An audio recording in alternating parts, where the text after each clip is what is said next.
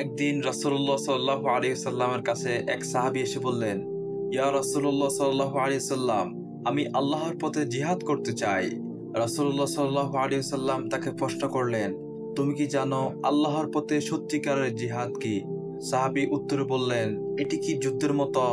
রাসূলুল্লাহ সাল্লাল্লাহু আলাইহি সাল্লাম বললেন, না, সত্যিকারের জিহাদ হলো আত্মসংযম, নিজের অঙ্গীকারের প্রতি দৃঢ়তা এবং নিজের স্বার্থকে আল্লাহর রাহে ত্যাগ করা।